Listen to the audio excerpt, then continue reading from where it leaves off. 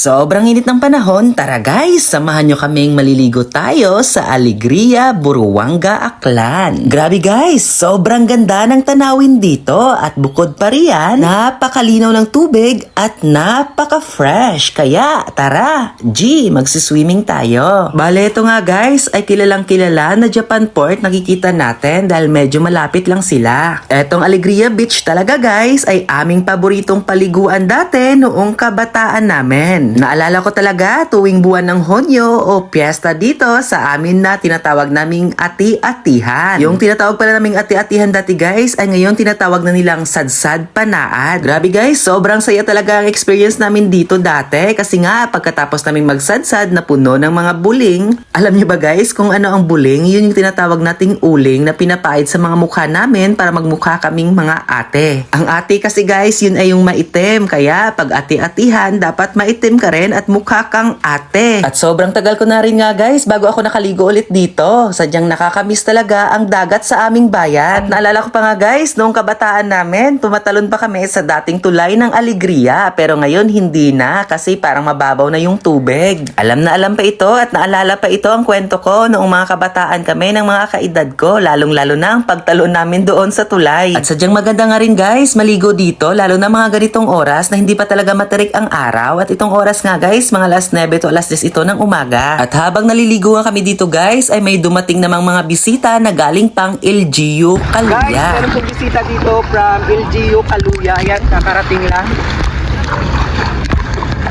Sabi nila.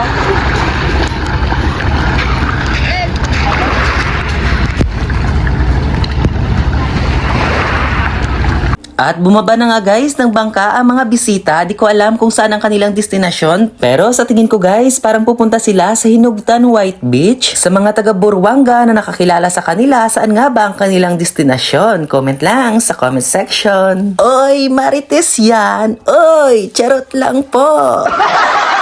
At pagkatapos nga namin guys, maligo sa dagat ay umuwi naman kami at dumaan kami dito sa kilalang Bukad-Bukad Water Spring. Kilalang kilala kasi ito guys sa aming barangay, lalo na tuwing summer punuan dito. Bukod sa malinis at pwedeng inumin yung tubig dito ay napakalamig pa ng tubig dito guys. Kaya kung makabisita kayo dito sa aming barangay, maaari nyo pong puntahan at ma-experience ang napakalamig na tubig ng Bukad-Bukad. Etong Bukad-Bukad kasi guys, takbuhan talaga to kapag nawawala ng tubig dito sa aming barangay. Dahil sobrang refreshing talaga ang tubig dito, kaya nga pag naliligo ako dito, parang ayaw ko nang umahon. At pagkatapos nga naming maligo sa Bukad-Bukad guys, ay umuwi na rin kami. O sige guys, dito ko na lang tatapusin ang aking video. Maraming salamat po.